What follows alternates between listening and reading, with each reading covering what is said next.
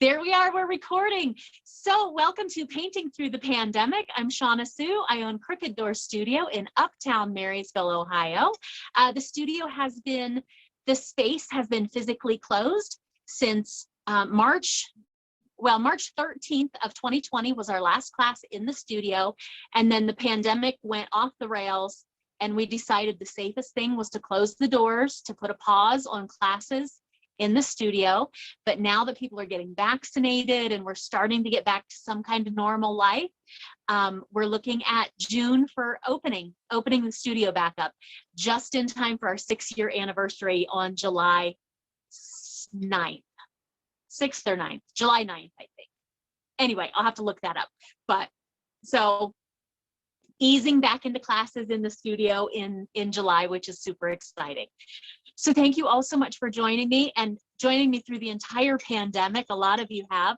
The money that you have donated for classes and the supplies that you've purchased through the studio, that has been enough money for me to be able to pay my rent at my studio space, to keep my studio open.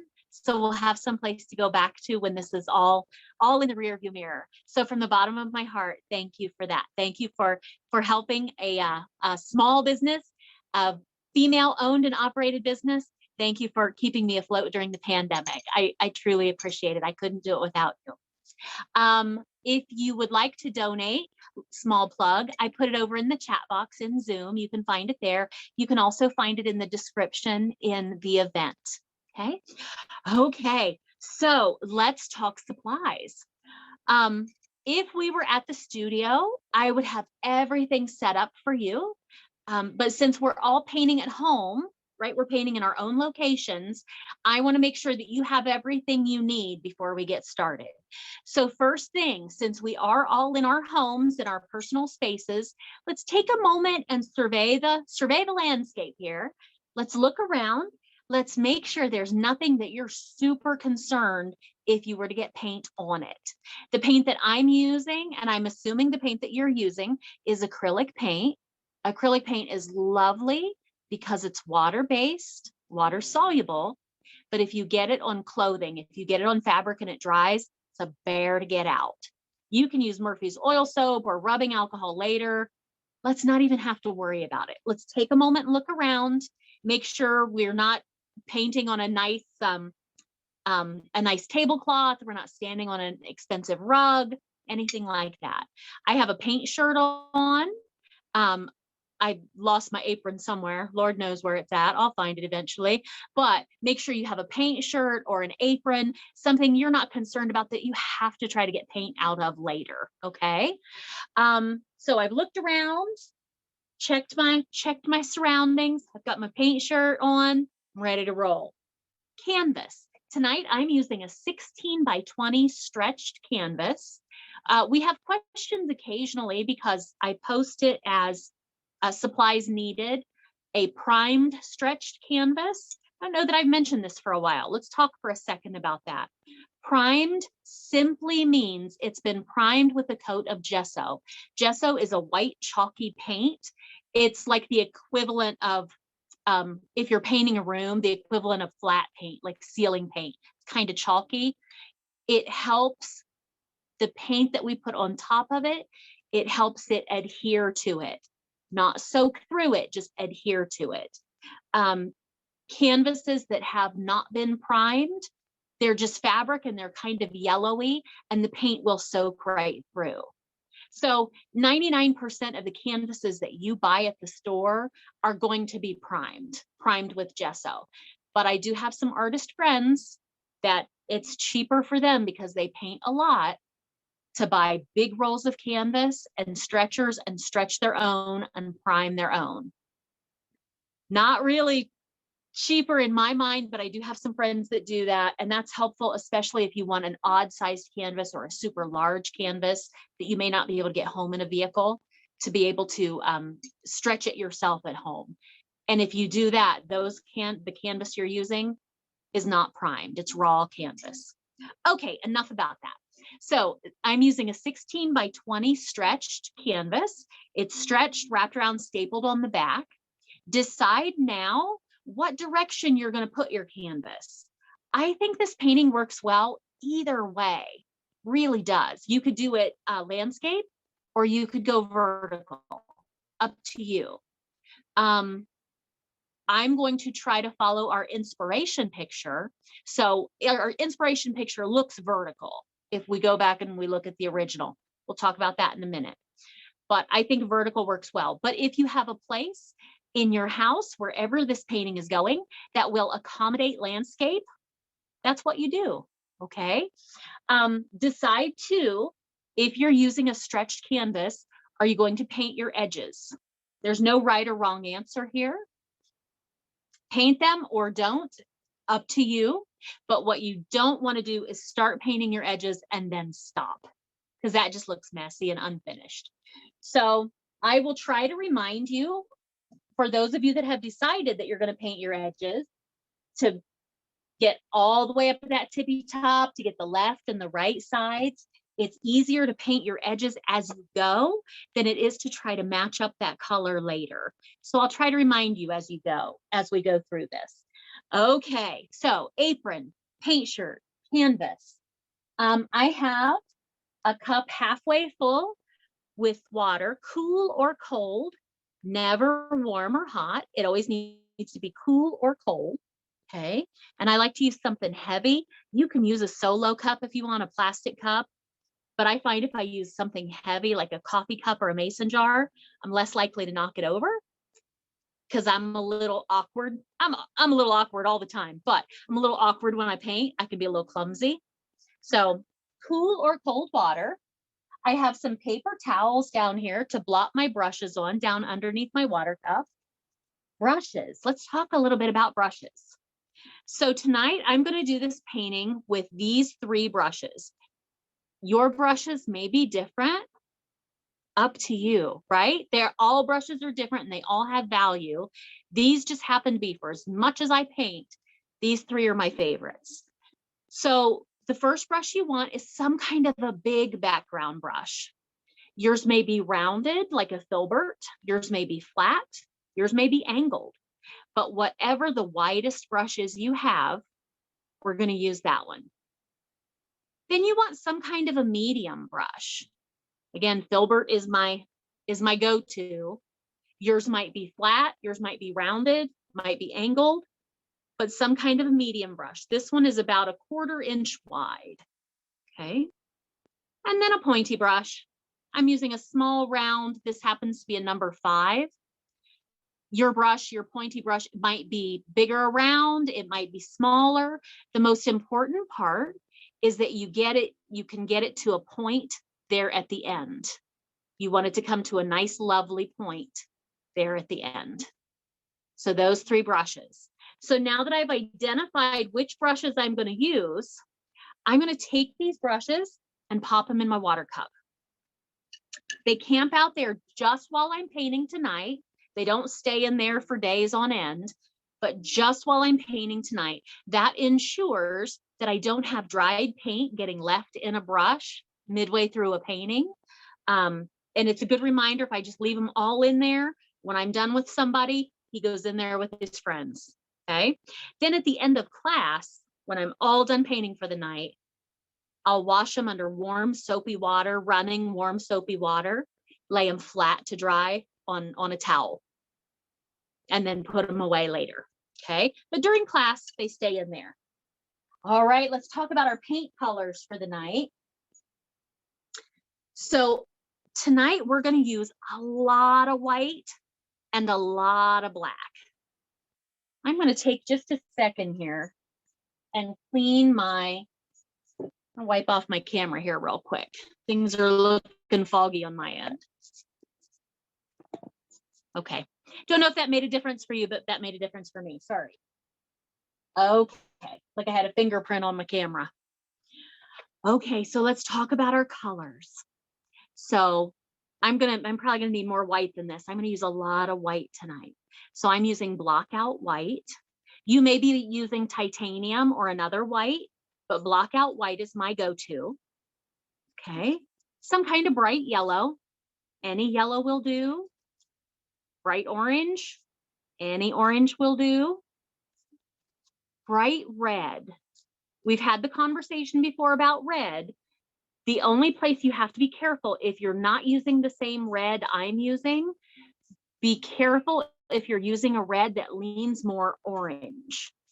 If you have a red that leans more orange and you try to mix it with blue, you're not going to get purple, you're going to get a poo color. Okay, so that's my word of caution on orange, or I'm sorry, on red. If you're not sure which red you have, you might do a little mix on your plate. Pull a little red and a little bit of blue together on your plate, add a little bit of white to it and see what you get. Do you get a poo color or do you get a pretty purple color? If you get a poo color, we're going to keep that red far away from the blue. You're going to go from pink or from blue to pink. You're not going to have any purple mix. Okay. Phthalo blue, love phthalo blue because it's dark and rich, but any blue will work. Phthalo green, crimson's perfect, Kim. Crimson's perfect because it leans more on the blue side, not on the orange side. Phthalo green, any green will do, and then Mars black, any black will do. Okay, let's talk for just a second about our inspiration painting. Our inspiration picture here. This is my reminder to you that yours isn't going to look exactly like this. Mine isn't going to look exactly like this. This is not my painting. Something we found online that we liked, and we're going to try and duplicate it. We're going to learn from it tonight. Okay. So yours isn't going to look like this. Mine isn't going to look like this. And that's okay. It's going to be my version and your version, and they're all going to be beautiful. So if you want more blue in the sky, you add more blue in the sky. If you don't want the boardwalk down here, don't add it, right? You're painting. But I'm going to try to stay pretty close to that so we can learn from it tonight. So what we're going to do, the first thing we're going to do is we're going to split our canvas into 3 sections. We're going to figure out where that boardwalk goes. And then we're going to take that space above the boardwalk and split it in half so we know where the sky meets the water. So we'll have a sky section, a water section, and a boardwalk section. Then we're going to go up and we're going to work our way top down. Okay, we're going to do a lot of blending and we're going to use a lot of white. We're going to use that blue into some white, blue, a lot of white. Then we're going to add a little bit of red to get like a pinky purple in there. And then we're going to work our way down into orange, yellows. And then we're going to work backwards as we head down. We're going to mirror that sky is a mirror for the water. Then we'll put our, thinking about that. You know, we might put our grasses in next. Maybe our path, we'll see. And then we'll get some clouds up there, we'll get some birds, and we'll finish it out. So it's kind of our roadmap. That's the way this is going to work. But that's enough talking. Let's get started. So I'm going to start by splitting my canvas up into those 3 sections. And I think I'm going to use my medium brush. Doesn't really matter which brush I use. I'm not really trying to put final lines on here, just trying to split that canvas up.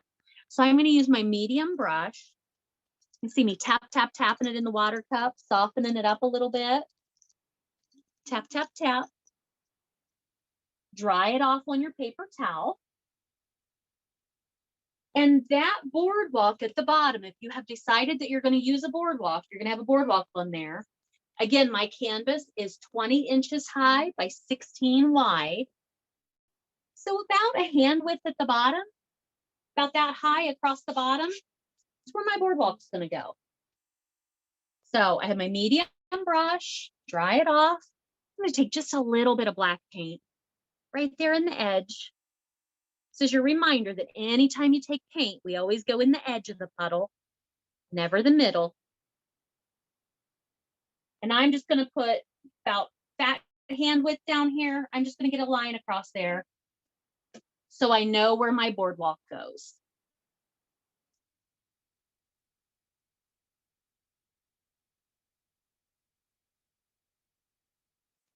See, I didn't spend a lot of time on it. It's kind of crooked. I'm okay with that. I'm okay with that because I'm going to bring my sky down and my water, and I can use that boardwalk when I actually paint the boardwalk on there later. I can use that to straighten it up, or maybe even make it more crooked. Maybe I have a really crooked boardwalk. Maybe it's old. We'll see. So with that brush, that same brush, tiny bit of black, tiny bit, and I'm using that brush skinny ways. I'm going to take this top section and figure out how much sky I want and how much water I want. If we look at that original painting, it looks as though they've split this top section in half. That's not what I'm going to do. I'm going to split it in half. And I apologize. So I don't have a line that goes downhill. I got to step in front. Sorry. So I'm just black, skinny ways, little bit of paint, splitting that top section in half.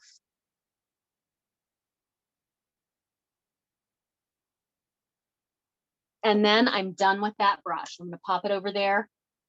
Pop it over there in my water cup. I'm laughing because cardinal mistake. I set my beverage right beside my water cup for my brushes. Never a good idea.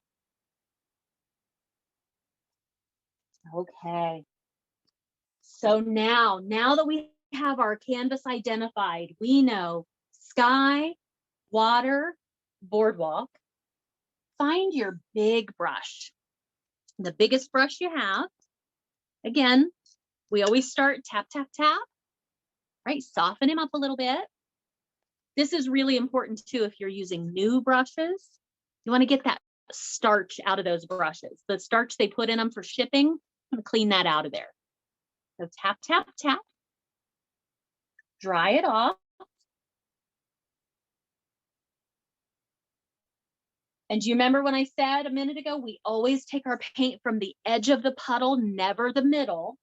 This is really important, especially when it comes to white. Because I'm going to mess this section up right here with blue. But then as I go, I can continue to go on around that white and get clean white all the way around it. Okay, I'm going to take a big old chunk of white. Big chunk. Look at me scooping it. Big old chunk. And the tiniest bit of blue. Tiny.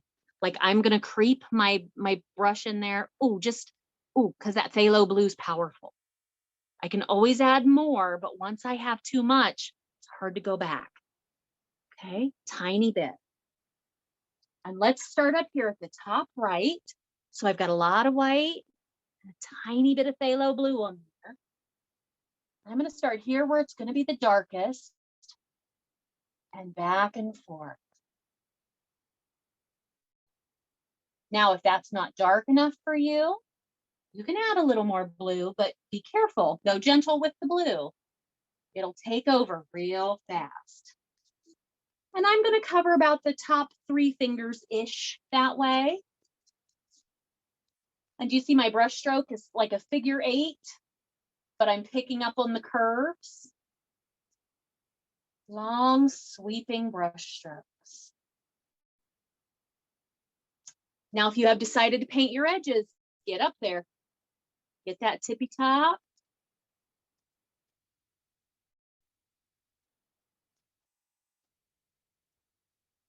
And like I said, it's easier to paint your edges as you go than it is to try to match them up later. So I'm going to get over there on that left side and that right side. Okay. And then more white, tiny bit of blue.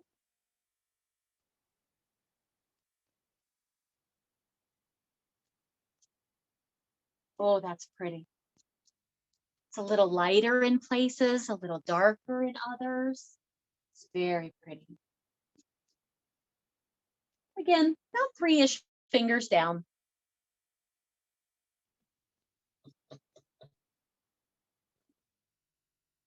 Now, this is the first part where you may feel I'm going too fast.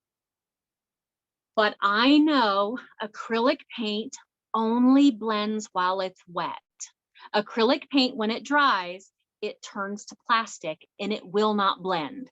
Not like watercolor. Watercolor, you can continue to re-wet it and get it blendy and mixy. I just said mixy. You're welcome. But acrylic paint, when it dries, it's plastic. There is no blending it. So I'm keeping that paint on my brush. I'm going to take some more white. And I'm going to go into my next color, which is red. The tiny, tiny, tiniest bit. I mean tiny. I don't want it to look like a bloodbath in the sky, right? Tiny. Look how tiny. The tiniest bit. And now to blend, we start in our new section.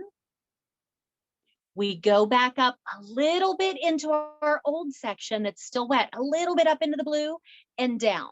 So we go one step backwards, two steps forwards. Let me show you. White, little bit of red. I start here in my new section. I go one step backwards, ooh, into that wet blue and back down. Get a little more paint on my brush. Lots of white, remember, lots of white. I might get a little more red this time. Start in your new section. And if I stop here, I'm just going to have stripes, right? I'm going to have a blue stripe and a pink stripe, and I don't want that. I want it to blend.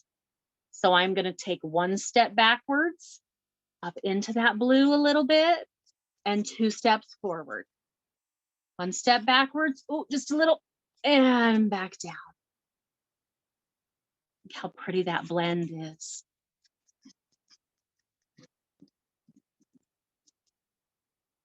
It's funny, people are, I've noticed people are afraid to work backwards. Well, I just painted that. Well, but you have to go backwards a little bit to blend.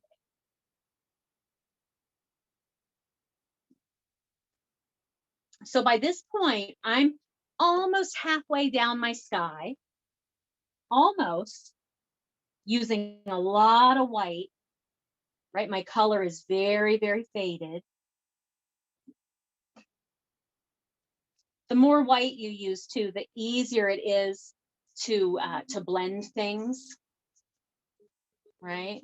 It's a lot less jarring if you're not blending well. If you're learning how to blend and you're not blending well yet, it's a lot less jarring if you're going from really light blue into really light purpley pink.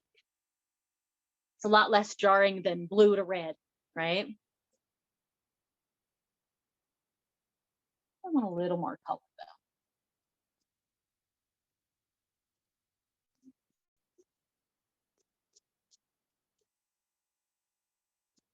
Okay, so we're about halfway down. Oh, edges. Get that pink edge.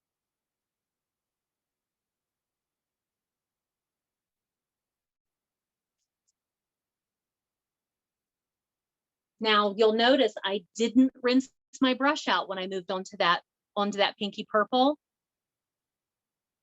If you have any blue at all in your brush, you have to rinse it out, because my next color, I'm going to move into some orange. If I have blue on my brush, even the tiniest bit, and I move on to orange, blue and orange are opposites on the color wheel. While I love blue and orange together in a painting, if we mix opposites while they're wet, we get poop. So I'm going to take my brush, rinse it out, because I want to make sure I don't have any blue in there before I move on to orange. Because I don't want poo in the sky. It's not an attractive look. Okay. Dry it off. Clean white. So I'm going to take some clean white, using lots of white. And I'm going to take the tiniest bit of red, clean red, tiny, tiny, tiny, tiny, and add the tiniest bit of orange.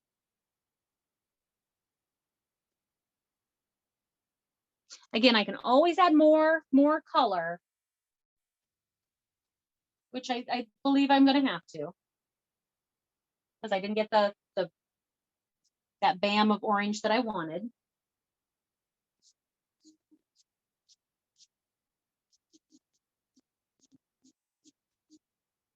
Oh, that's pretty. Pretty, pretty. White, a little more orange.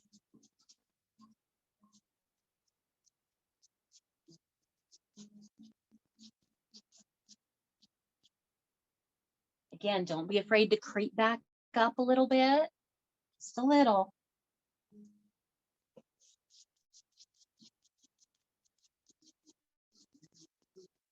And now with that orange, I'm gonna leave, I don't know, 2, maybe 3 fingers over on this side empty, because I'm gonna add some purple there. But I'm gonna come all the way down to my horizon on this side. If you brought that orange all the way down to your horizon on your right side, that's fine. No right or wrong here.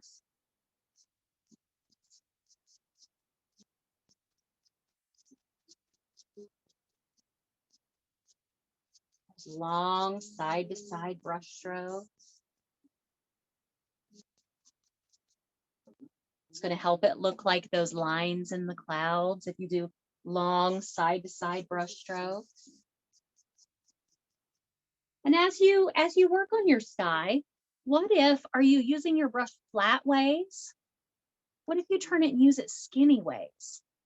That'll give you a different look in the sky.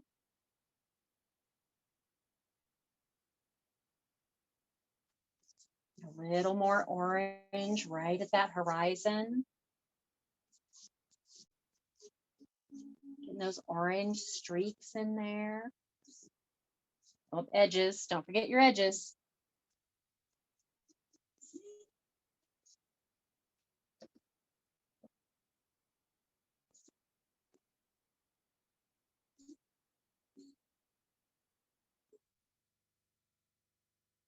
And then while that orange is wet, I'm going to take a little bit of yellow and white on my dirty brush.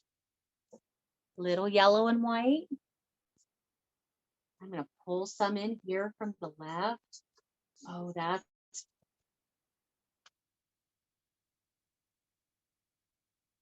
I might even get a little reflection up here in the clouds.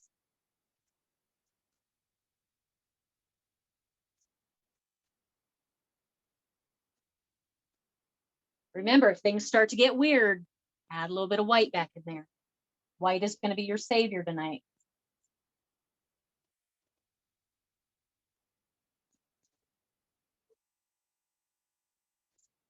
This is actually a really good painting to learn blending,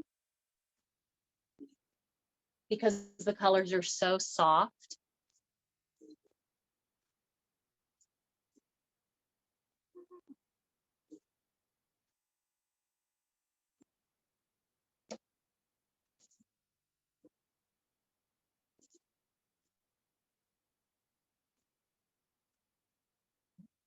Hey.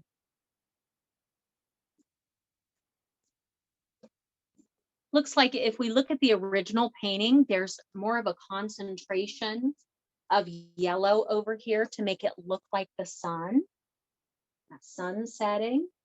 So I'm going to grab a little more yellow, tiny bit of white, and increase that concentration right there.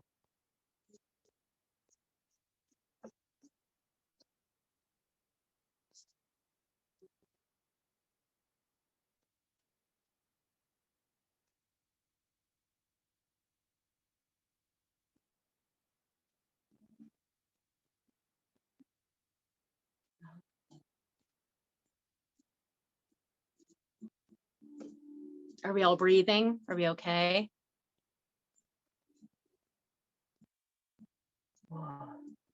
Everybody, so I'm watching y'all paint. You're all so focused.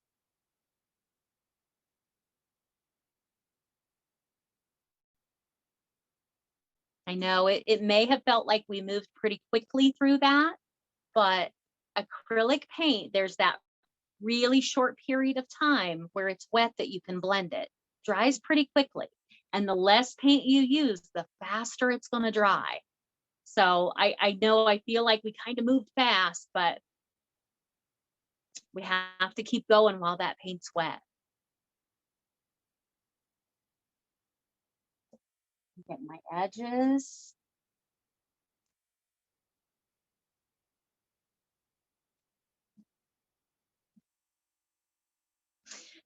Now, as you finish out that sky, minus that purple section, I'll put that on here here in a minute.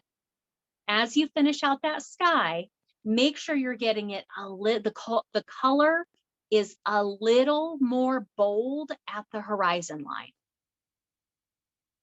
You want your color to be a little more intense right there at the horizon. So do you see everything was very airy up here? And then as I got close to my horizon, I got that orange a little darker.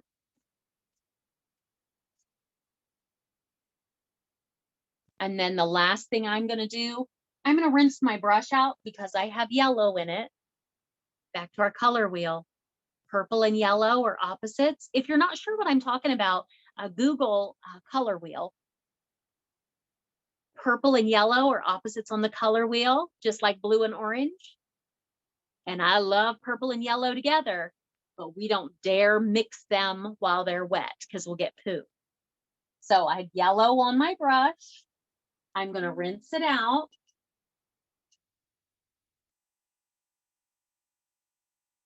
And I'm going to take a little bit of blue, little bit of blue, a little bit of red.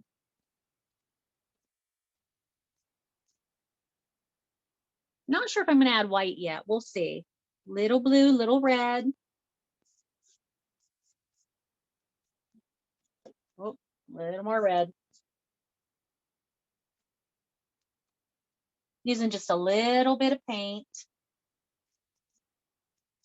I'm getting that dark sky patch there by the horizon.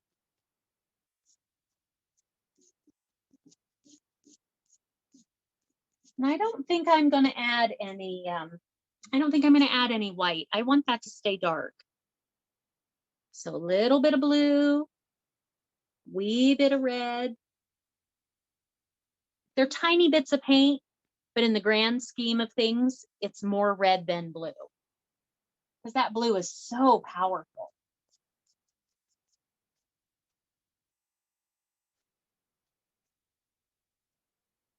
There we go.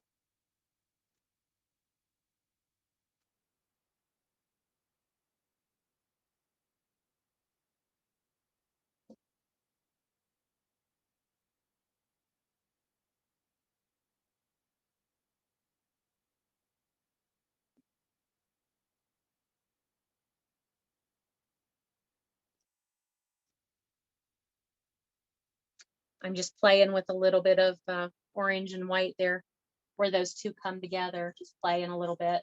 You can't play too much between those two or you'll get a muddy spot on your canvas. Oh, and then edges. Don't forget that edge.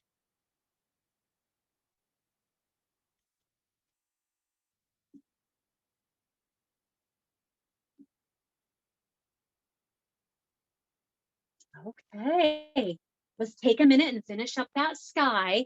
Not going to rinse my brush out because I'm going to do that entire thing, but in reverse for the water. So I'm going to give you a minute to work on that sky, but don't rinse your brush out. And I should probably point out just the way I paint, that very swoopy brush stroke.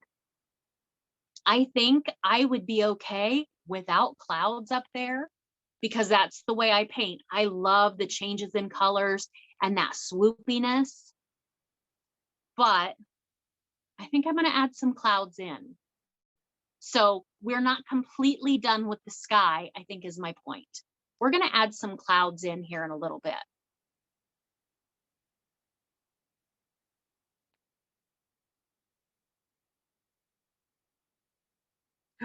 Ooh, Kim, that's pretty. Kim, that's really pretty. I love that crimson. That color's gorgeous.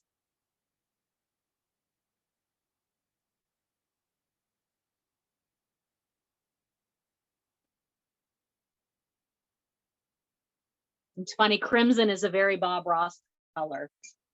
If you watch any Bob Ross videos, alizarin crimson, that was one of his go-tos.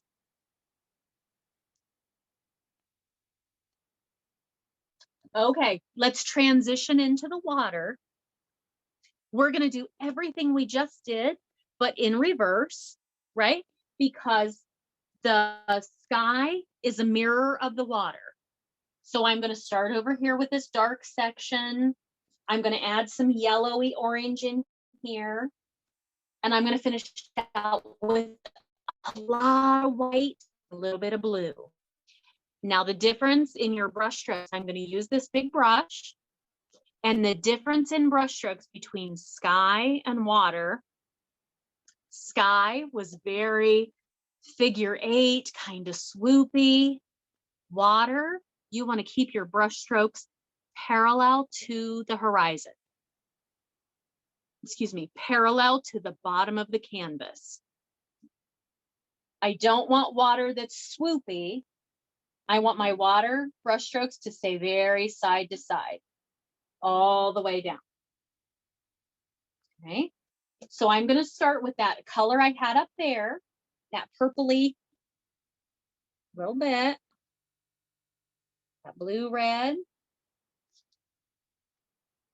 And I'm going to start over here and I'm going to pull in and let go, pull in and let go.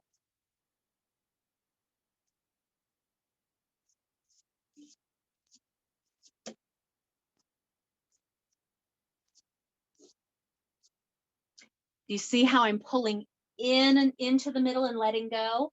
That's going to help this blend a little easier. I'm not going to have a real hard line right here.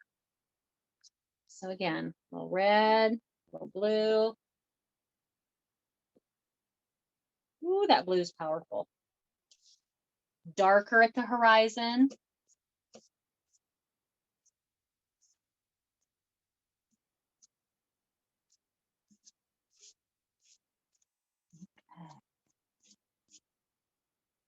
Then I'm going to start to add a little bit of white.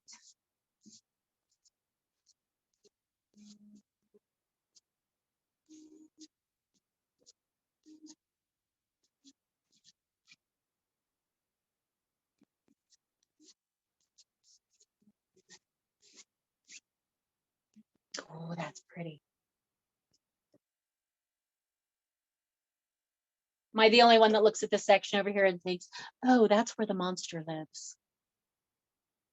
That real deep, dark. The water is so deep there where our sea monster lives.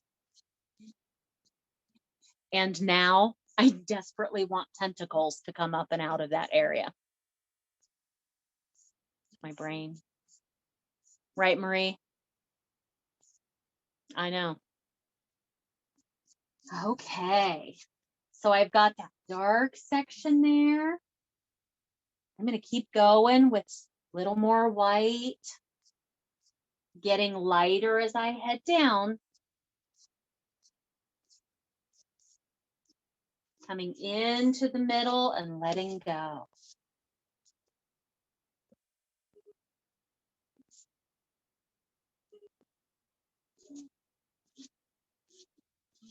So I think the way we're going to tackle this water section, we're going to do it in 3 sections. Okay. We have our dark blue where our sea creature lives. We're going to have this yellowy section, the reflection from the sun. And then the rest of it's going to be blue, blue, white. So I'm going to take my brush now. I'm going to rinse it out.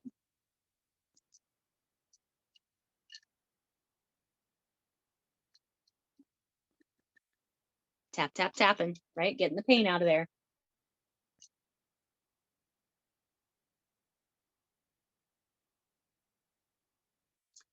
And on this right side, where we started at the right and we pulled to the left to let go, I'm going to do the same thing on the left side. I'm going to start left and pull to the middle and let go. And I'm going to use whatever colors I finished with here. So yellow, orange, maybe a little bit of white. Orange, some yellow. Oh, clean white.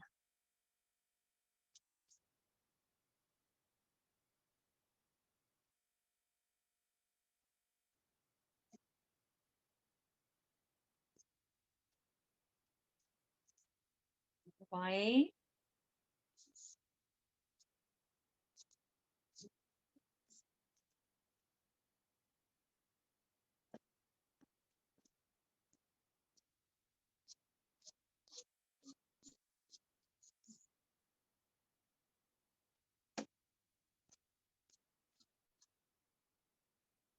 Edges.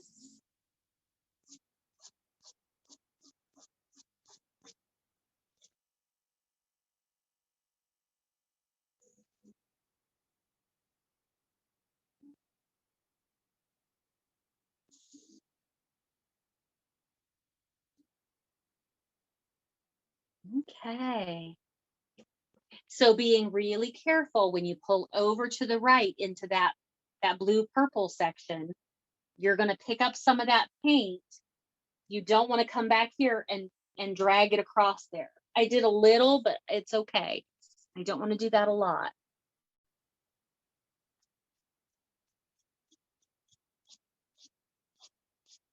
So I have this murky section here.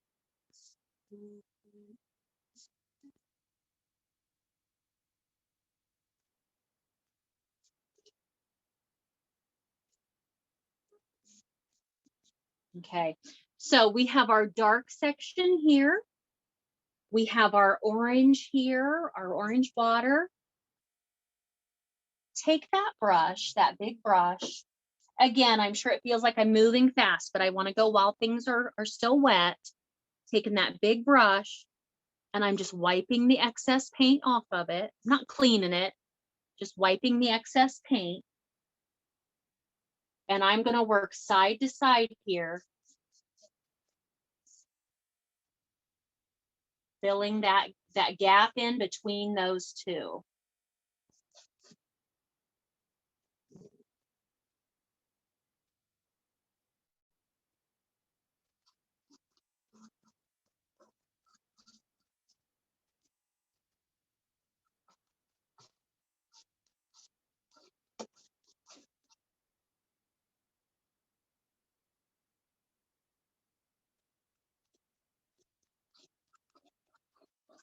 My paint is almost dry on my canvas, and I'm sure you can't hear it, but it's very scratchy across my canvas the way I'm dragging through there. But my goal is to just work these two together just a little bit.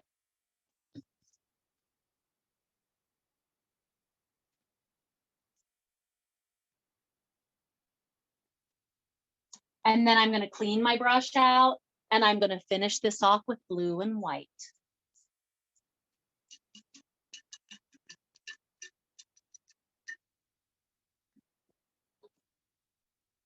And then I think we're going to need a break because we've worked really hard up to this point. So I'm going to take a big chunk of white and a little bit of blue.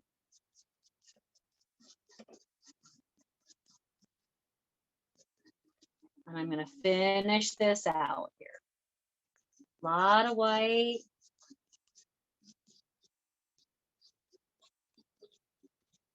A lot of white, little blue, side to side. Let's finish that out. All the way down to my boardwalk.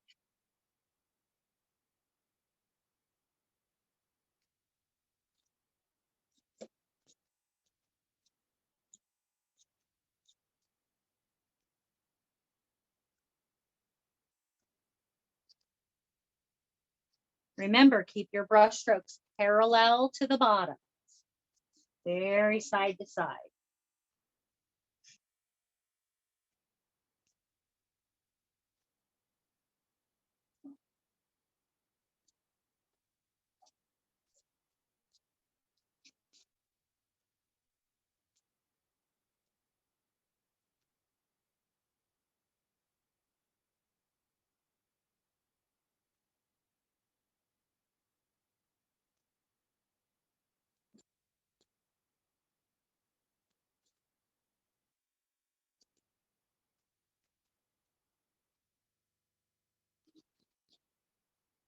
There we go. And if you're anything at all like me, I look at the original and that section right there where my dark and my orange came together in the water, not a fan. Not a fan of it. I think it looks a little muddy. Looks like that on the original though, if you look at it, just that blend of those colors together. But I think I'm gonna let that dry a little bit and maybe take a little bit of that blue white up in there to soften that murky section there in between those two. But if we look at the original, that's pretty close, right?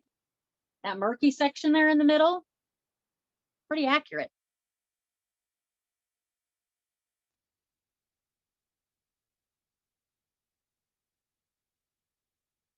But I think I'm going to let it dry a little bit and then take some of this blue white up just a little bit into there. But I need to let it dry. So I've come all the way down to my boardwalk. I say, let's take how about a 9-ish minute drying break? At 8 o'clock, we'll pick back up. By 8 o'clock, this should be dry. I should be able to take a little bit of blue white back up in there. I'll be able to play in my clouds a little bit. I'll be able to maybe get some grasses and my boardwalk on there. Okay, so let's let things dry a little. 8 o'clock, we'll come back together. Remember, if you have any questions, pop them in the chat box. I'm going to take the time to go rinse my brushes out and get clean water. Maybe get a couple clean paper towels and some clean white because I used a lot of white. So I think I'm gonna get some clean white. If you do get clean white, make sure you're putting it in a clean spot. So either in the middle here or find another plate, but I'm not gonna put it in that same murky spot that I've been using. Murky is evidently the word for the evening, right? Murky. Find a clean spot for that white. So 8 minutes, we'll be back, 8 o'clock.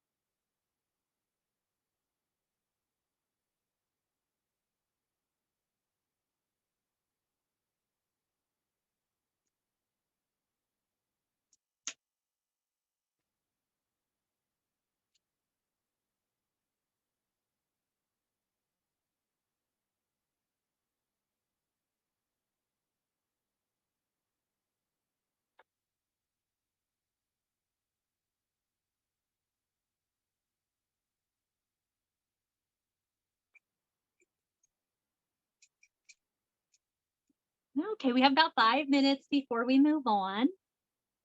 Let's see. Let's think of a story. Chickens. Haven't talked about chickens yet tonight. Dawn, your chickens, your new babies, I have to hear how they're doing. You'll have to fill me in. Your light Sussex babies. I think that was you. I could have my friends mixed up. Sorry if I do. But in the chicken world here in our house, we lost one of our girls, and it's okay. She was, I don't even know how old she was, but the last week or so, she was like sequestering herself from the other ladies, kind of going off alone. So we kind of knew her time was coming. I think there was something gastrointestinally wrong with her. She was eating, drinking, pooping, right? Doing all the things chickens do, but she made the cutest noise whenever she went to the bathroom. And now I kind of miss her because I don't hear her outside my window going to the bathroom. Not the weirdest thing I've said today.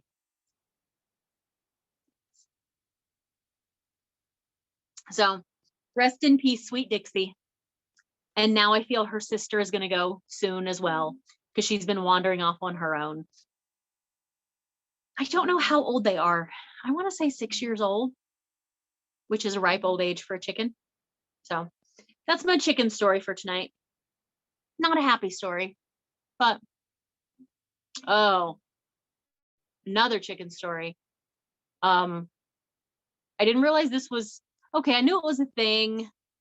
Like hens want to sit on eggs and hatch babies.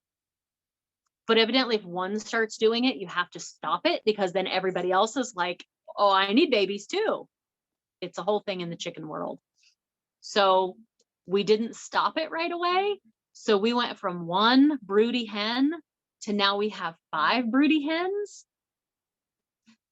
And it sounds like angry pterodactyls every time I walk into the room where the nesting boxes are. Because they are not happy that I'm there. Chickens. I love them. They make me happy, but I got to break up the broody girls.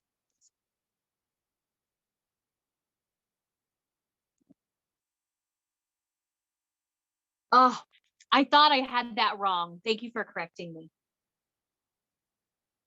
Oh no. Oh, she hurt her foot. Oh, chickens. I think Phyllis has spent more time in my house than she has spent in the chicken coop because Phyllis is special. She's oblivious to the world and she keeps getting into trouble. And Phyllis. And what are their names? Penelope and it was a P. I don't remember the other's name.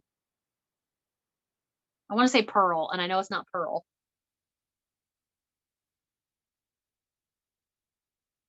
I love that you're thinking.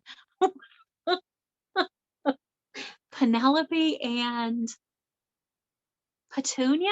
No. Is it Petunia? Oh, she's going to look. We got to find out what the chickens' names are.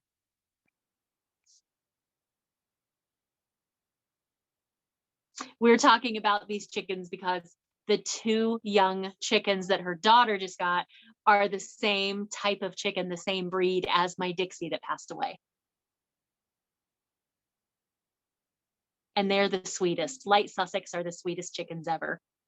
I didn't realize chickens had personalities. I mean, one would assume, but man, depending on the breed, they're all very different. My Americanas are just nasty. They're nasty, cranky all the time. Phyllis is oblivious to the world. Petunia. Thank you. Oh, Phyllis is good.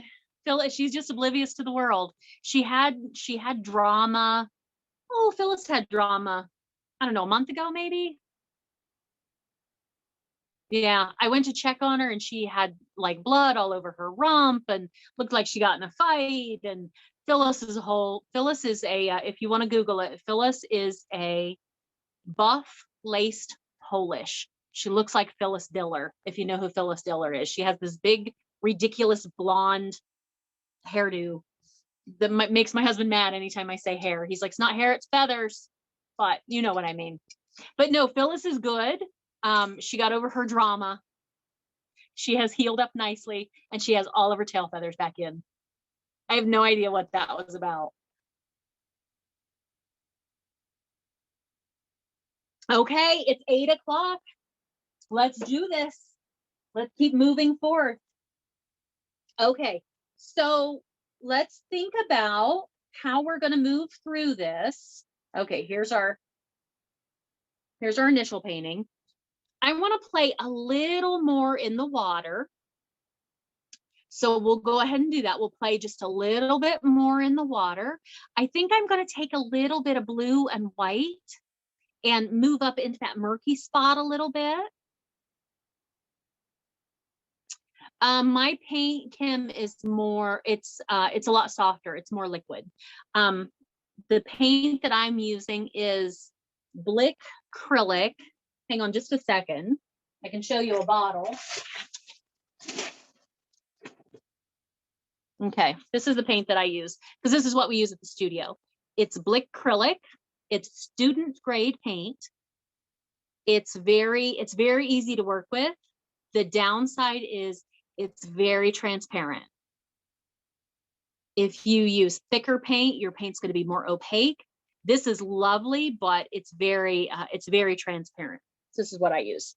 Okay, so I'm going to use, I think I'm going to take some blue and white and work up in that section a little bit. Because I want to make sure, I'm sorry, Kim, because I want to make sure I have that water completely done before I put my grasses in front. So I'm going to play just a little more in the water now that it's had a minute to dry. Okay. So I'm going to take back to my big brush. You know what? I'm going to use my medium brush. Change of plans. I'm going to use my medium brush, but I'm going to use it skinny ways. I'm going to use it sideways, not fat ways. I'm going to use it skinny ways. And I'm going to use this to get some of those ripples in the water. So just a tiny bit of paint, a little bit of blue, white right there. You can go a little darker if you want. And I'm going to get some little side to side brush strokes here. These are maybe a couple inches long. For the most part, parallel to the bottom. Just to make it look like my water's dancing a little bit.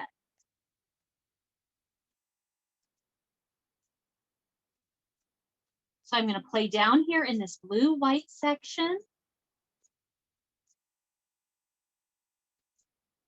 Might add a little bit of, get some that are a little lighter.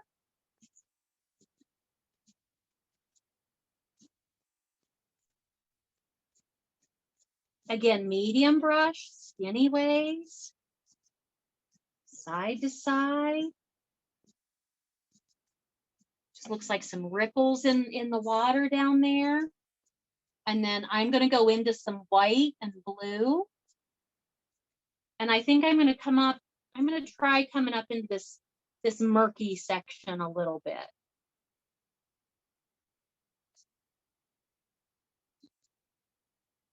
See if that makes a difference in my world.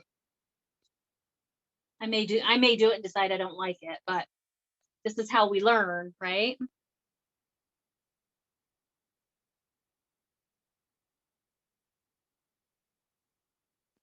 Well, that's fun. Again, the goal here is to get that water just the way I want it, because then I'm going to put those grasses in, and those grasses come up in front of the water. So I don't want to do anything else to the water once I start on those grasses. So again, I'm just playing with a little bit of blue, little bit of white. You know what we could do is play with a little bit of yellow, orange, white. Ooh, just a little bit of yellow, orange, white over here.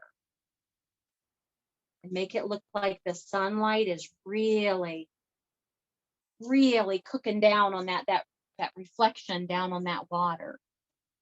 Little yellow, orange, white, medium brush, skinny ways.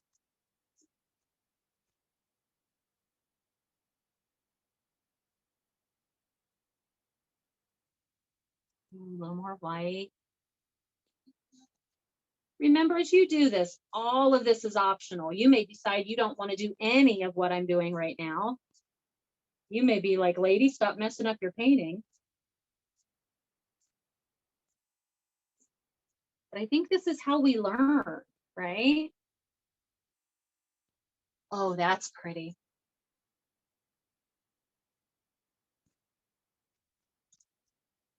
Let me get a little closer here so you can see. If I'm imagining that my sun is here, it's going to cast that reflection straight down onto the water. So yellow, orange, white, some little side to side strokes down here.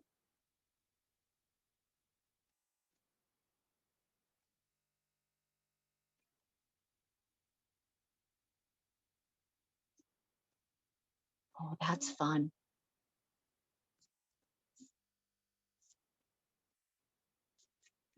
Okay. I'm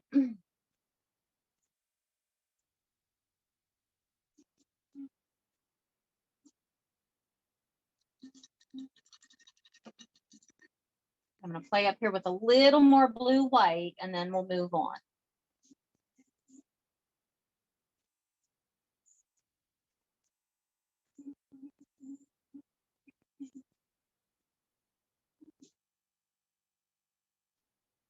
Here we go.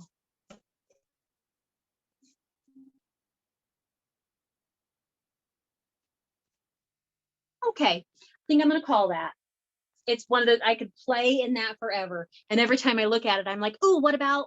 But there comes a point I have to stop, right? So I'm starting to think now about the things I want to do before I put those grasses in front. Okay. One of the things I want to do right off the bat, I want to go back and put my horizon line back in. Okay. And I'm going to do that the same way we did it in the beginning. I'm going to take my medium brush and I'm going to use it skinny ways with a little bit of black. And start with a really fine line. You can always make it thicker if you need to, but let's get our horizon back in there. So medium brush, black, skinny ways. And let's go all the way across.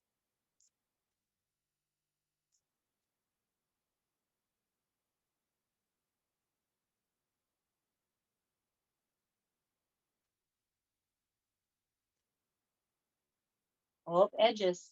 We'll wrap that all the way around there.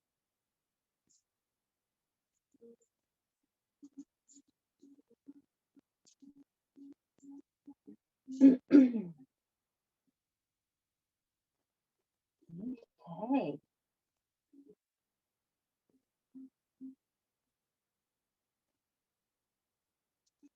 And then I think I'm going to do the same thing down here, down where my water stops and my boardwalk picks up. Just going to get a nice hard line down here. I'm going to end up covering it with my boards.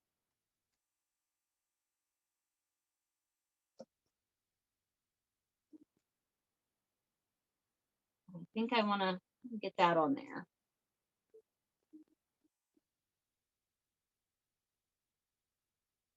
Because that'll give me a nice place to start my grasses going up and my boards going down. So let's firm up that line.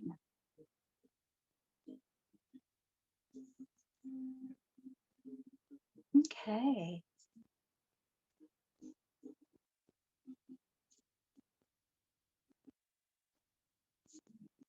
All right.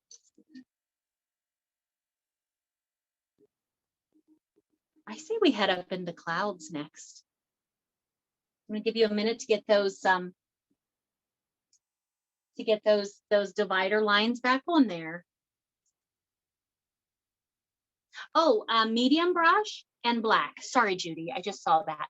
Medium brush, skinny ways, and a little bit of black.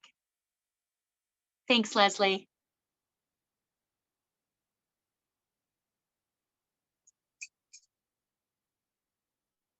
And when I put that horizon line on there, it was very, I didn't do like a black line. I did like a shoosh, shoosh, shoosh, right? It's okay if it's a little feathery. That's okay.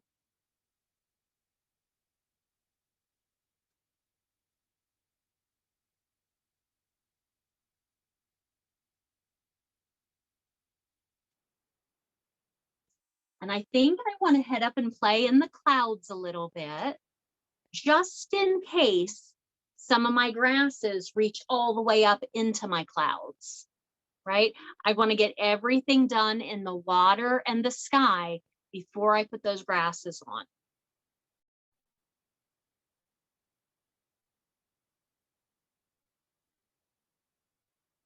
So when we talk about clouds, talk about clouds momentarily. For the most part, I think about clouds with just a little bit of white paint, not a lot, just a little bit. To see brush strokes, it's okay, right? We're going to make these very wispy.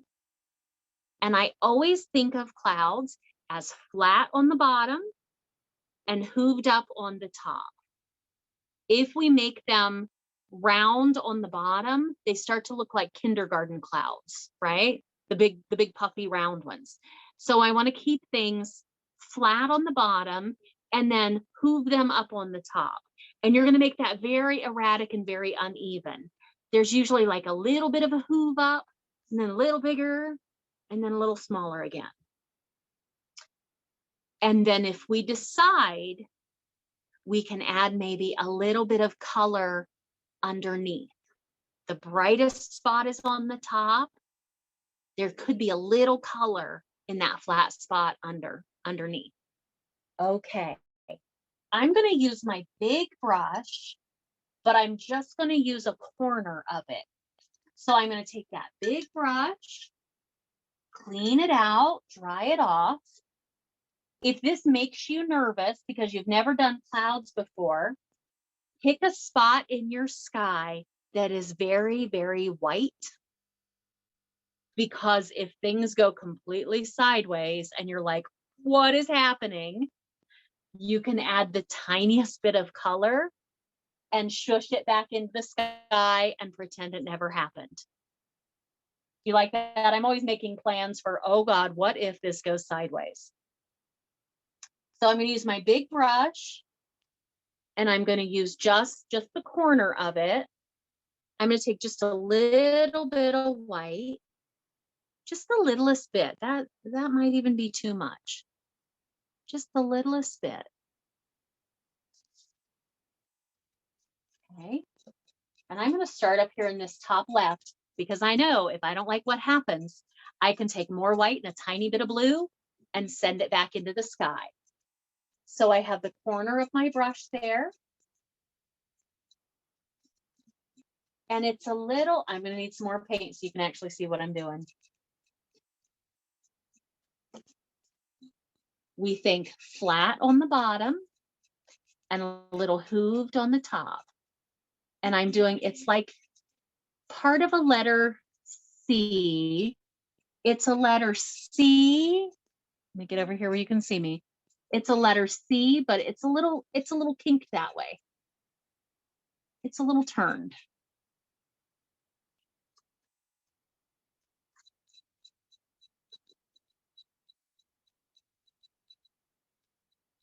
Very subtle, very wispy.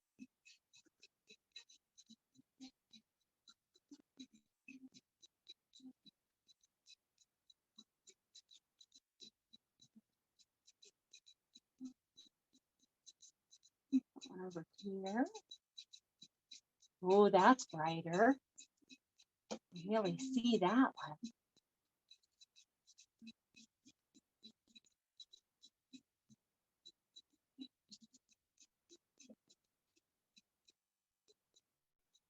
Remember, corner of the brush, tiny bits of paint. start small. You can always make it bigger.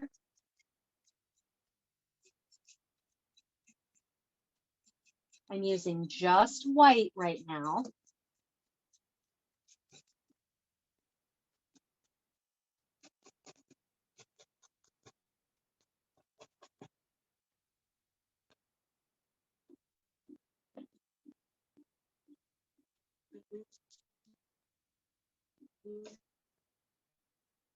Every now and then as I do this, I'll go back and take a little more white. And I love these clouds because they're bright white on the top. So because I'm using such little paint, my clouds are very transparent. They're very see-through. So I'll go back and do another layer, a little more white, and get some really bright caps on some of them. Look at that second layer. Right along the top.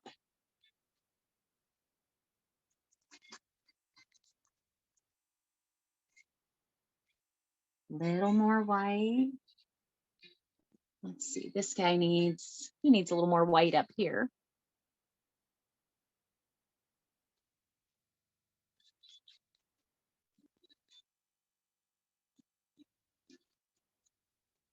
And then I like to tell people, wherever you have bright, you have dark.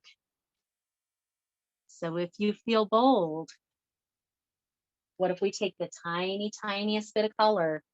I think the tiniest bit of purple. And I do mean tiny. Because any color up in that sky is going to look really shocking.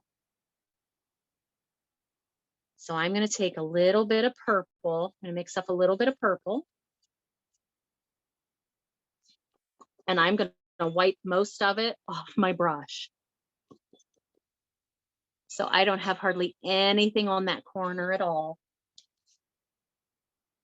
And if my bright is on the top, my dark is on the bottom. So I'm using that same brush stroke. Oh, too much. I need some white. And the littlest bit of color goes a long way.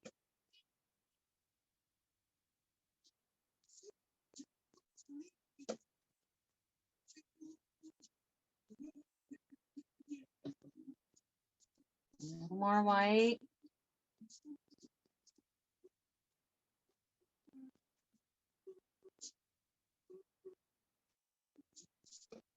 Go. It's really easy to overdo these.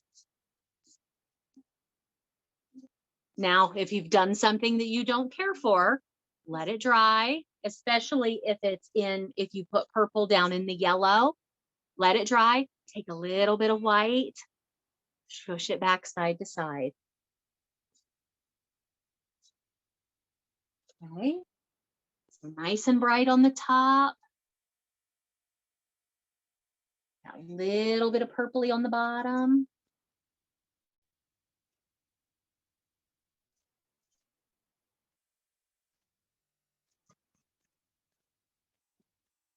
Tiny, tiny, tiny bits of paint.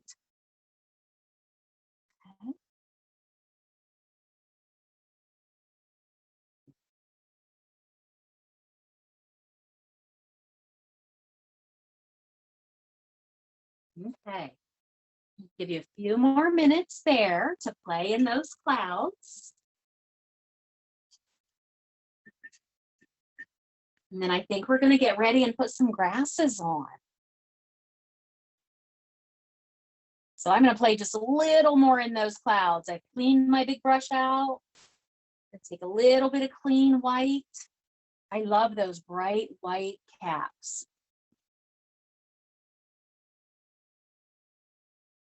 Bright white right on top.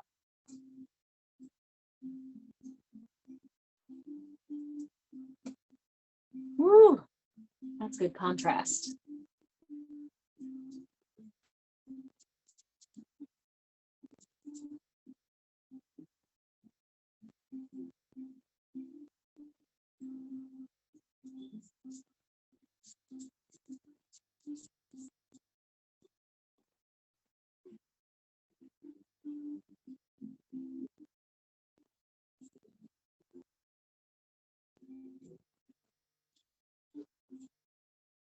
tell you what I'm going to do.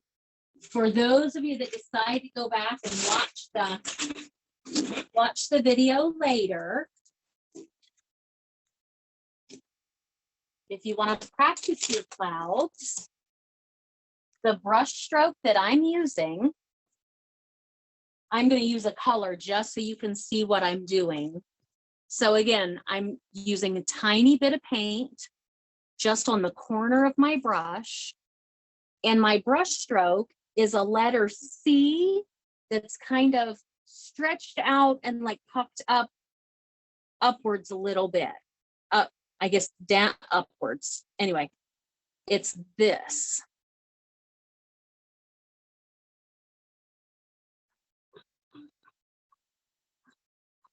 Over and over and over. That's the brush stroke that I'm using. And you see how little paint I have on there? Not much at all. So if you want to go back and practice clouds later, that's that brush stroke. Letter C. Okay, but in the interest of time, we're going to keep moving. Remember, if you're not ready to move on, you just pause, right? Put your brushes in your water cup, just sit and watch the rest of this, and you can come back and watch the video. I'll have the video posted about 9:05. As soon as class is over, it takes me about 5 minutes. I'll get it posted in the Facebook event. Okay, but in the interest of time, I'm going to go ahead and move on. So I want to put some grasses in there. And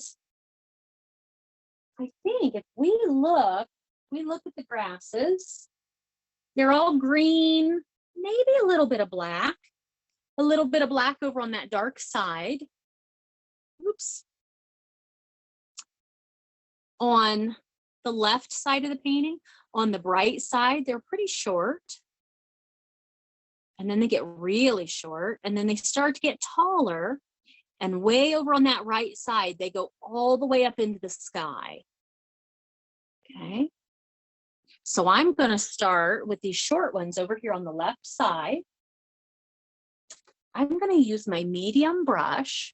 You can use your small brush if you want, but I'm going to use my medium brush, and I'm going to use it skinny ways vertically. So let me find my medium brush. And remember, these don't all have to be straight up and down. They're weeds along a boardwalk, right? So some of them are going to go that way. They're going to go to the right. They're going to go all different directions. And to get that green color, I'm going to mix a little bit of green with some yellow and a tiny, tiny, tiny bit of white. Just a little bit. Green, yellow, tiny bit of white. Using that medium brush, skinny ways. I'm going to start here on my black line, and I'm going to pull up and let go. Pull up and let go. Now, every time I take paint, it's going to be a little different. So maybe this time, maybe it's just green and yellow. Maybe there's no white in this one.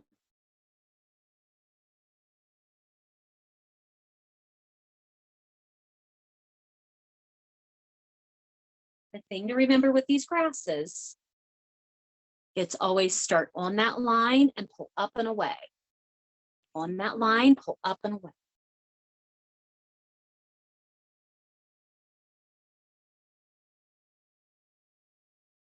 Get close again so you can see. Medium brush, skinny ways.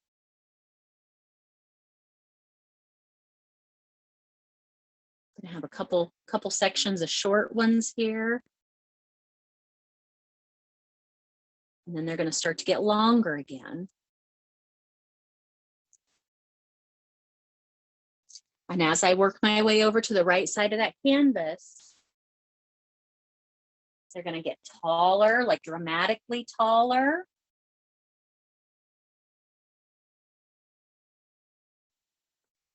So I'm going to end up doing some over here with seed heads on them. Ooh. Right now, I'm just using green, yellow. I'm not adding black in yet. I will, but not yet. Just green and yellow right now.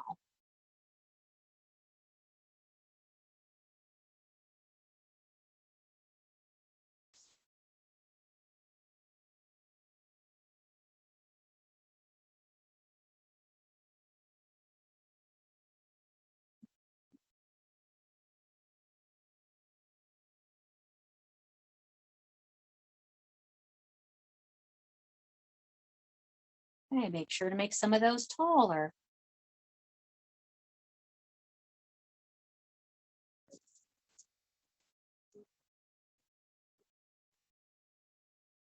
It is phthalo green. It is phthalo green, Kim. Sorry, I just saw your comment. I like phthalo green because if I mix it with yellow white, it gets a little lime color. You can use another green if you want. You could use like a green oxide or a viridian. I personally like the phthalo green and yellow because I like the lime that it gives me. Okay.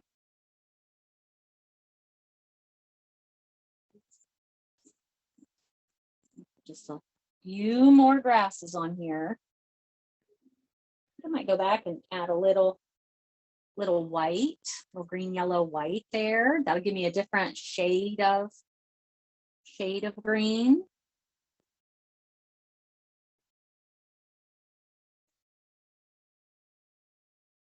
And then at this point, I'm going to stop. And I'm going to add black to my brush. I'm not going to clean it out, but I'm going to add black to my brush because over here at this right-hand side, I want to get those tall, like dune grasses. They have like seed heads on them almost, those feathery tops. So I'm keeping green, yellow on my brush. And I'm going to add black to it.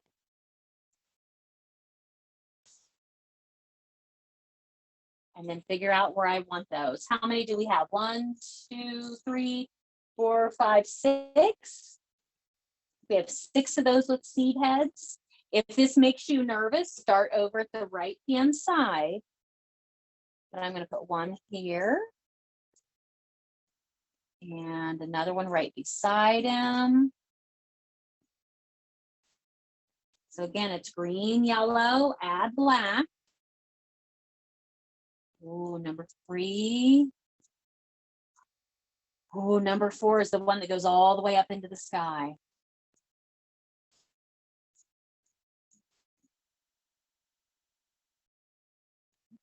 Smaller.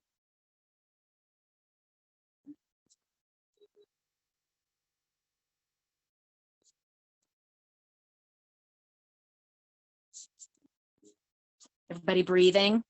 This is tough. We get these beautiful colors on there, and then there comes a point in every painting where we're like, all right, let's draw a big line right down, big black line right down through everything.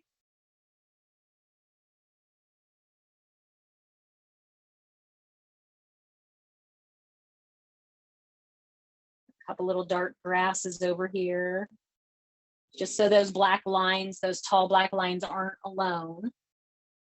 Put some little black grasses down there on top of the green grasses.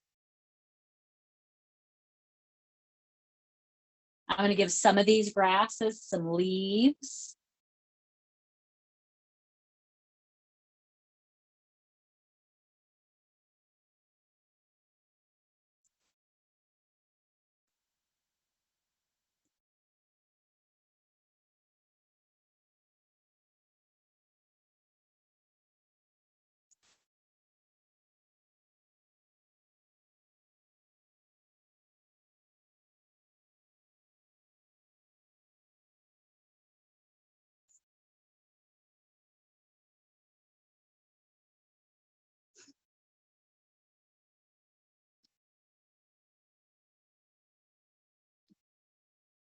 Okay.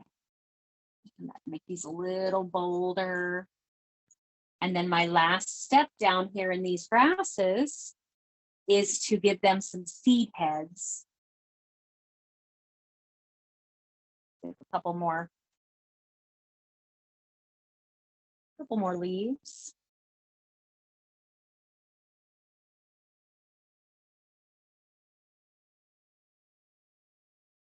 So there are a couple ways we can tackle the seed heads. I'm going to let you work on those grasses. I'm going to be right back. I'm going to go grab something. I'll be right back.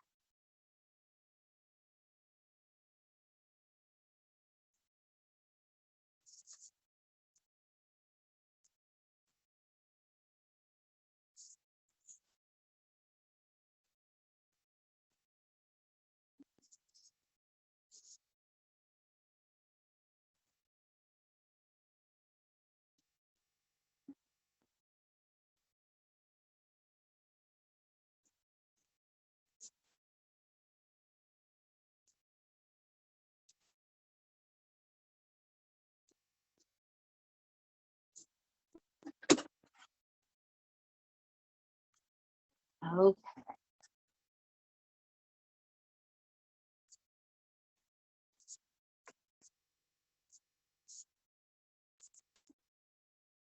Okay, so there are a couple ways we can tackle these seed heads. I just went and got scissors, and I'm going to take this paper plate, just a random paper plate, and just cut a little square, little rectangle out of it. Because I'm thinking for these seed heads, let's watch me do it first because I haven't done this, so there's a little piece of me expecting failure here. So you can either use your brush or you can use a little firm surface, either a knife or an old credit card, or I didn't have either one of those things. So I just cut a piece of plate, something that has a firm edge, and drag through it. So if we're going to use a brush, watch what I'm going to do. I'm going to use my medium brush. And I'm going to start with one down here so it's not going to be as obvious if I mess it up, right? So skinny ways, I'm going to set it close to the top, about an inch or so down from the top. I'm going to set it right on that weed, and I'm going to pull and let go, pull and let go, pull and let go.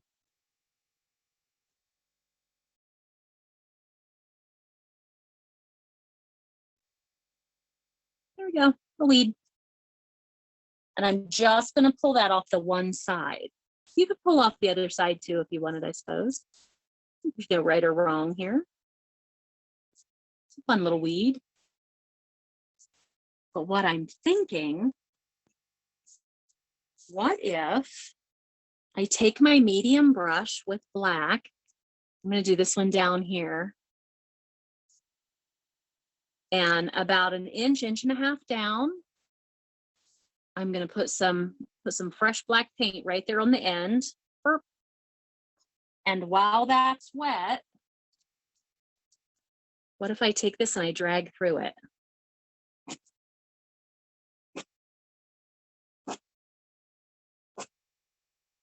That's fun.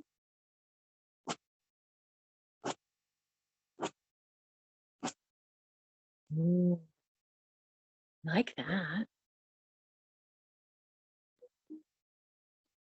If you don't like either one of those, what if we made them look like little seed heads, like intentional little seed heads? I'm going to do this one over here this way. Medium brush, vertical, find the end. And what if I pull down? And then I create little V's all the way down.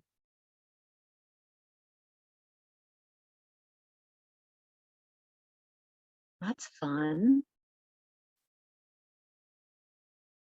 So there's so many ways you can tackle this.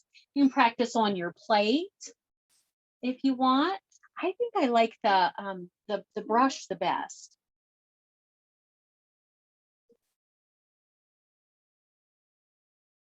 set it right on that line and just pull and let go, just the littlest bit. Pull and let go.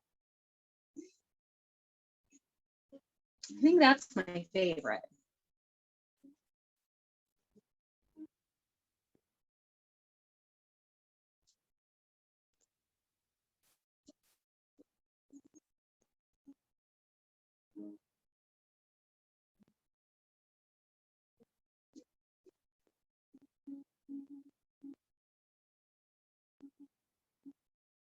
Oh, so fun.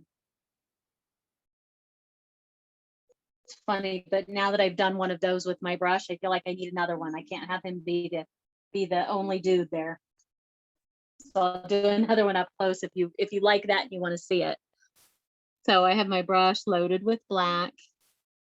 I'm going to the end and I'm pulling into the weed, into the stem. And I'm creating little V's. They look like little wheat seed heads.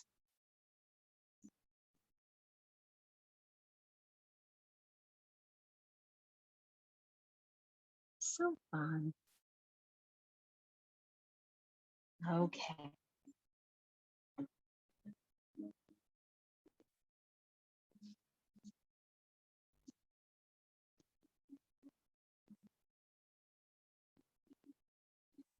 Okay, we'll take another minute on that. And in the interest of time, we'll move on. Okay.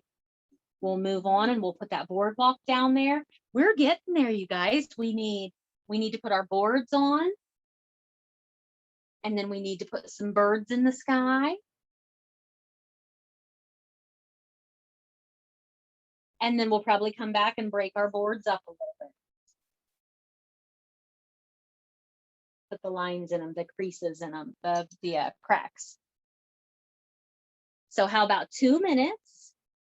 We'll get ready and move on to our boards.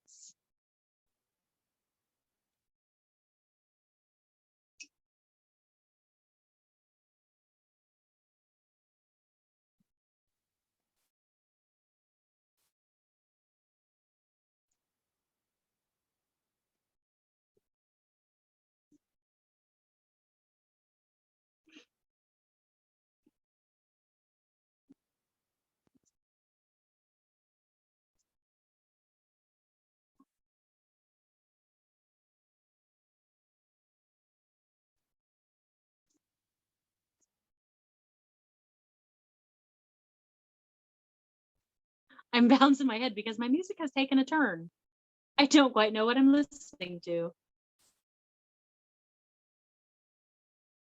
That's okay, Kim. So you just let it dry, right? And cover it back over. You might have to use some white to be able to cover. But that's the beauty of acrylic paint, right? It dries fast. Ooh.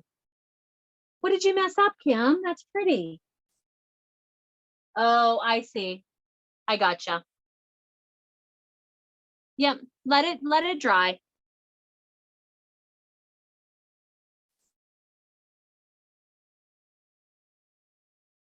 Okay, another minute. We're gonna move on. I have to look and see what I'm listening to here.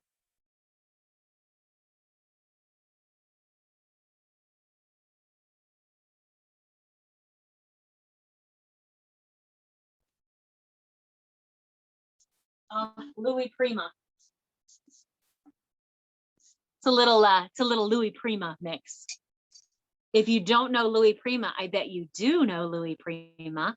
Louis Prima was featured in the original Disney Jungle Book movie. The King Louis dance.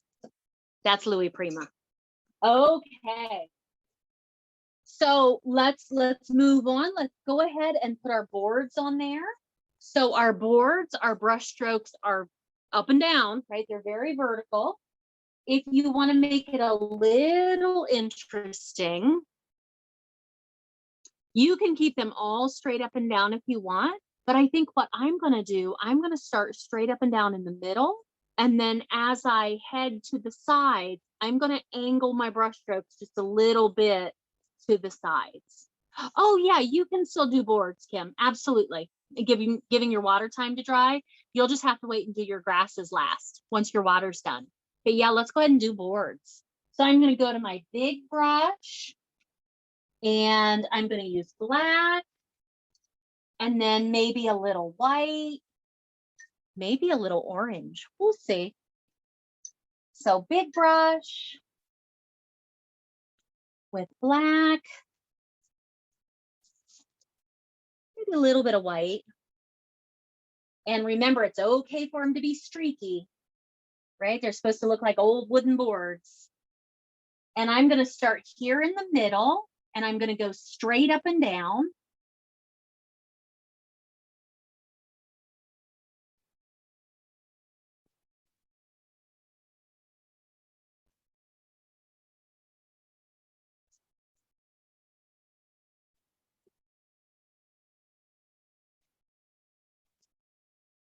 And then as I come over this direction, I'm going to start to pull my brush strokes out to this corner. And as I head to the right, I'm going to start to pull my brush strokes to that right corner. That's going to help with perspective, straight up and down in the middle, and then start to very gently angle your brush strokes. And that's going to lead your eye into the middle. So I'm using mostly black, a little bit of white. I might do two layers on this to make it more interesting.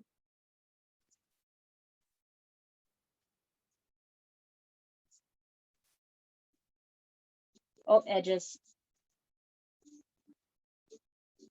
Whoop.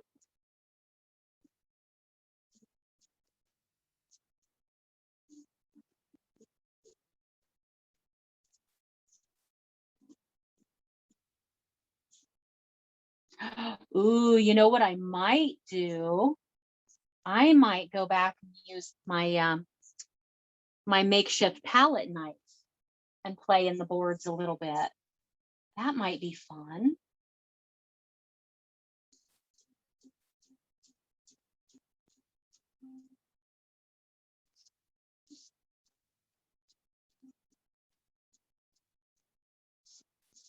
Okay.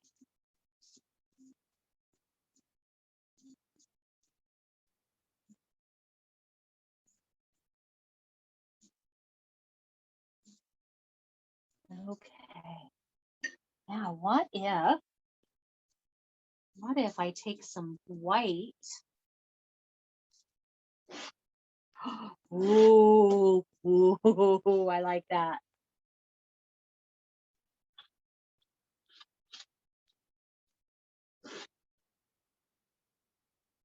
Oh, that's fun. So I'm taking just this little, again, it can be a credit card. It can be a palette knife if you have one. It can be just a piece of cut up junk mail. Make sure you're using something that's like cardstock weight. Now that I have my dark on there, I'm just getting some white. And oh, pulling, oh, oh, that's fun. Oh, I like that. I can't wait to see what you guys do with this. Whether you stay with a brush or you play with a palette knife substitute.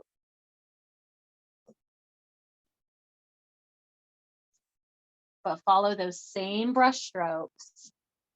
So as you head out to the right, if they're starting to lean to the right, you need to take your makeshift palette knife that way also. That's fun.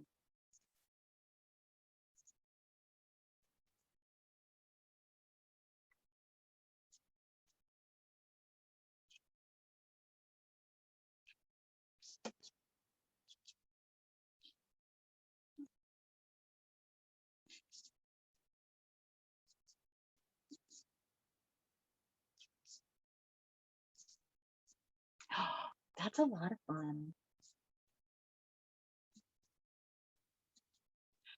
That's funny, Kim. I love to paint. Kim just said, I love your excitement.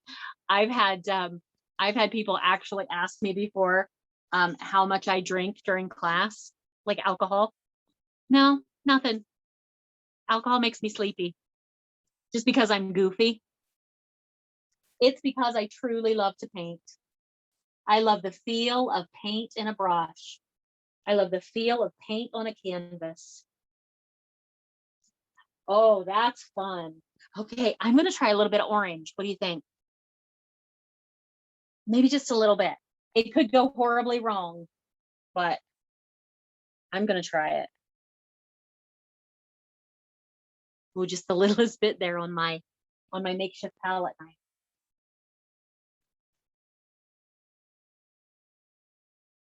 Well, I think that's okay.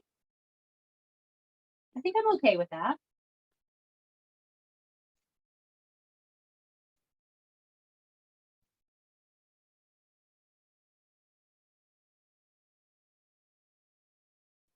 Ooh, what if I grab some black? Oh man. Yeah, see, I could play in those boards forever. I really like what my makeshift palette knife does for me there. That's fun. Okay, you guys, we're getting close.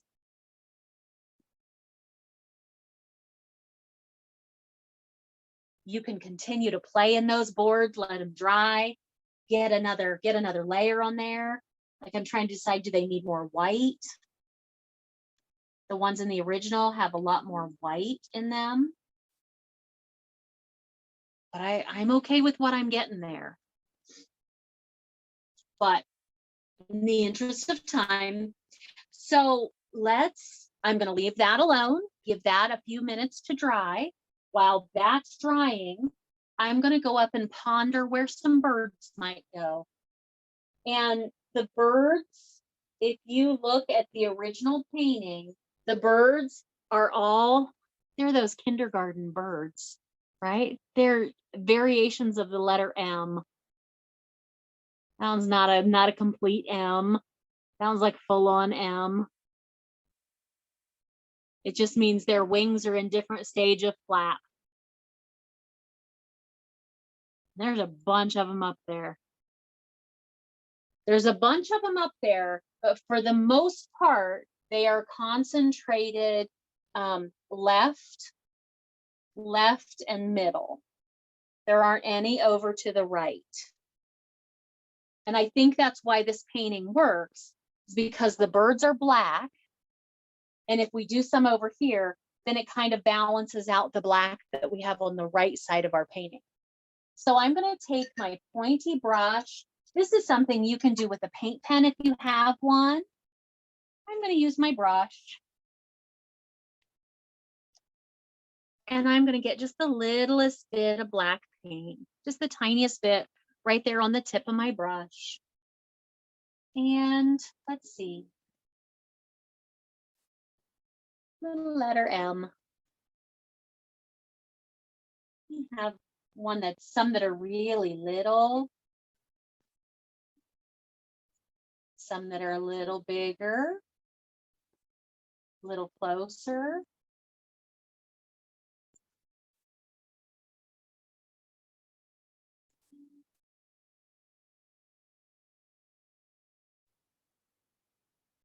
The beauty of this is my canvas, my sky is dry, so I can rest my finger. I can rest my pinky here.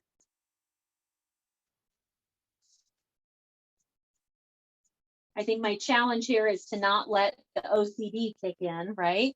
We want to keep these random.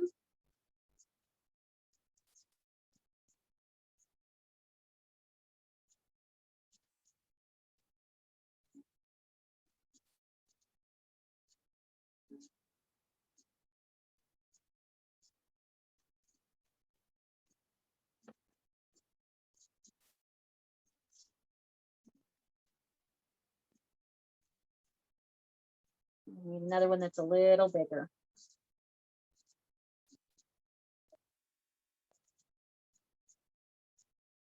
I couldn't do it. I couldn't make myself do it.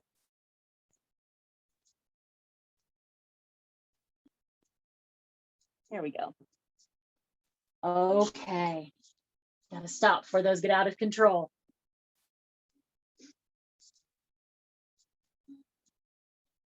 Okay.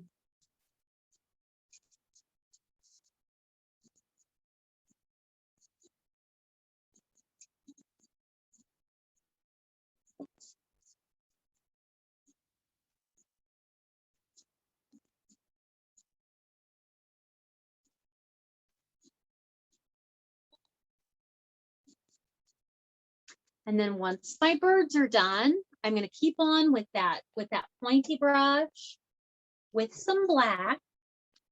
And I'm going to go down here with the black and I'm going to outline these boards. I have five distinctive boards. So I might start with this one here in the middle.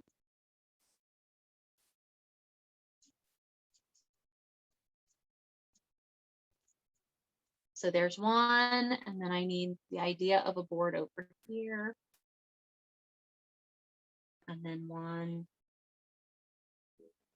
over here. And then I'm going to outline the tops so we can tell that they're different boards.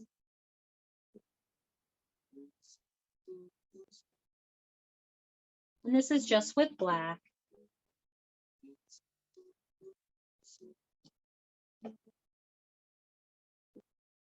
Again, your paint might be too wet. You might have to wait to do this. But I'm going to go ahead and do it so you can see what I'm talking about. I'm just adding the splits between the boards and the ends of the boards.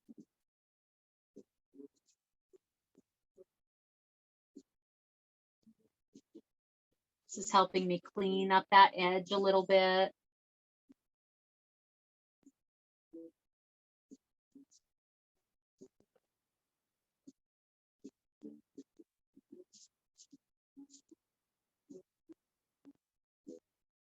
Here we go.